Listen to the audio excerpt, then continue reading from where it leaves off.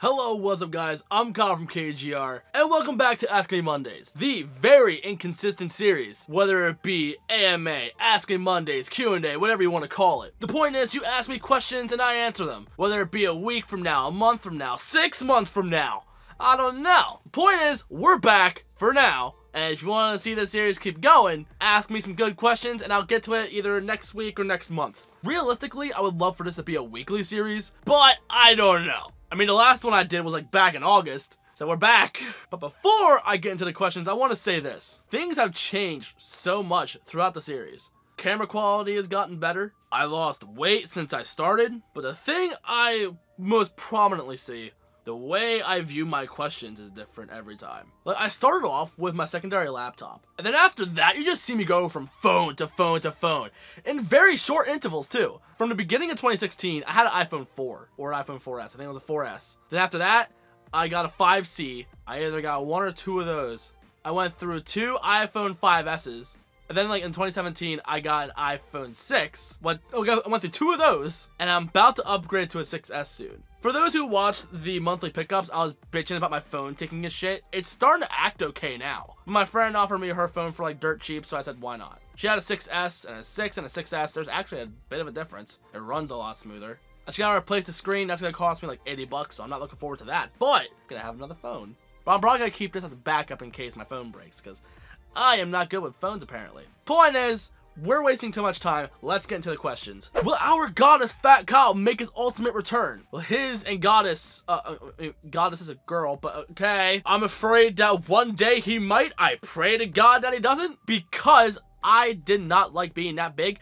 I'm not happy with my weight now. If I really wanted to change it, I should change my diet, but I love carbs way too much. And unfortunately, I don't have a super crazy metabolism. My friend Taylor, on the other hand, he could drink all the Cokes he wants and I gained the weight. Fucking bullshit. Point is, I don't know. My metabolism isn't already that great, so in the future, it could come back. I mean, the McDonald's shirt is back there. I mean, one day I might have to put it back on. I pray to God that I don't. But let's move on.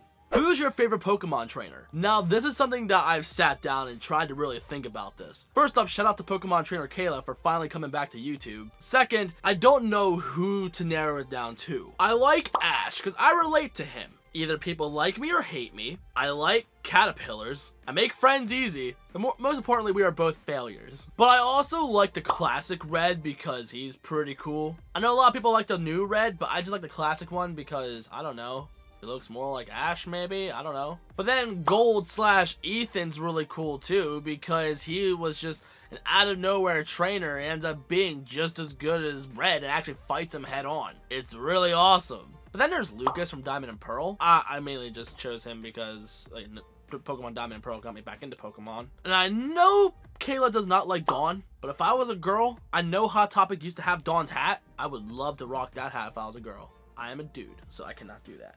And whoever the trainer was for Black and White, he looked pretty cool too. How long do you think he'd be doing YouTube? Realistically, I don't know. I think it really all depends. I think realistically I would see it for like another 5 to 10 years, but it really depends on how I am like in my real life. Like if I'm depressed and shit, I'm not gonna do YouTube. But if I'm happy, then I'm gonna do it. So as long as I'm happy, I'm gonna keep doing it. But let's be real, if I'm like 40 years old and I still have like a 15-year-old demographic, there's a problem. But I don't know what my content could go to like after I'm like 40. Like, if I'm still talking about anime and action figures at 40 years old, there's a problem. Video games, I mean, sure, but no. I can't talk about video games and action figures at 40 years old. Are you getting SH Figure Arts Sora? I got mines today. Actually, hold up. I've had Sora for I don't know how long. Like, when did Sora come out? Like, December or something? Because, yeah, I've had mine, and I freaking love it. I like the hair on the Play Arts version more. Regular Play Arts, not Play Arts Kai. And I like the Keyblade on the other one, too. But this figure does so many things right. I love it. I kind of want to do a review on it. I just gotta have time to do it.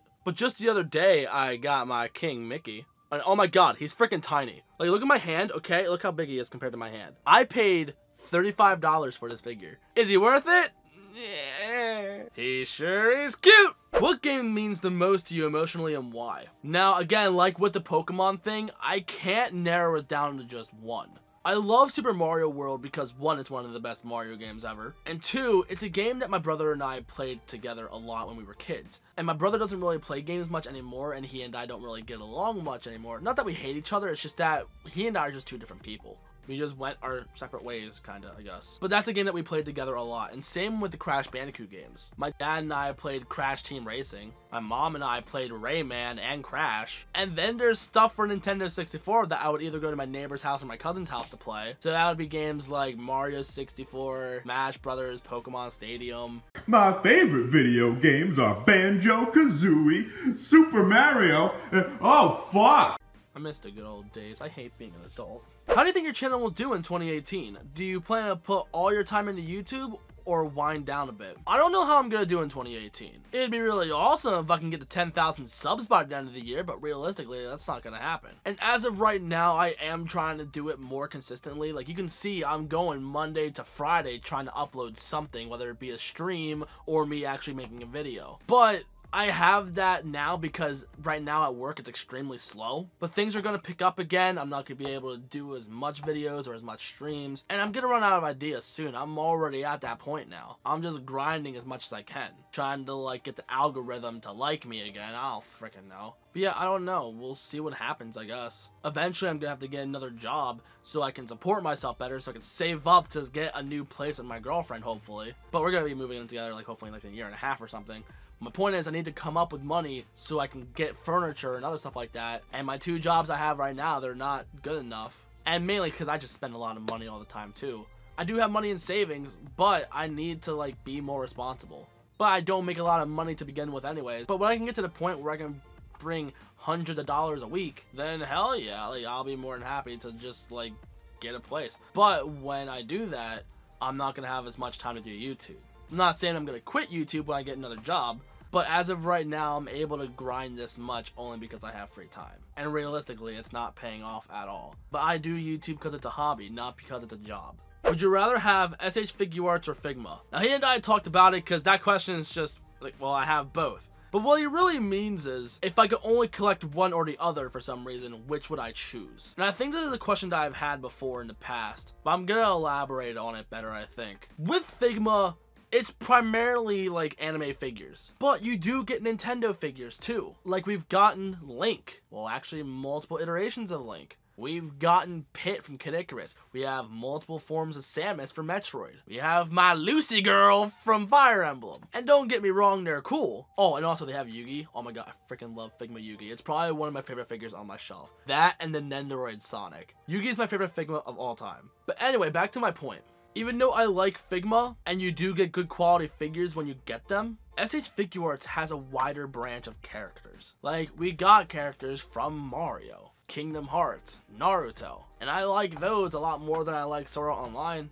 And I have more Sword Art Online figures out of Figma than Nintendo characters, I think. However, he didn't exclude Nendoroids. So suppose I did go with Figma, Nendoroid does have Mario and Luigi. It does have Ash from SH Figuarts as well. It has Naruto characters now. The only thing that Nendoroid doesn't have that I have as an SH Figuarts is Kingdom Hearts. But I have my play arts for that, so I'm fine. So I don't know, let me know in the comments, would you rather have Figma or SH Figuarts? I'm just happy that I'm lucky enough to have both. Kyle, do you still put your Naruto figures up your butt?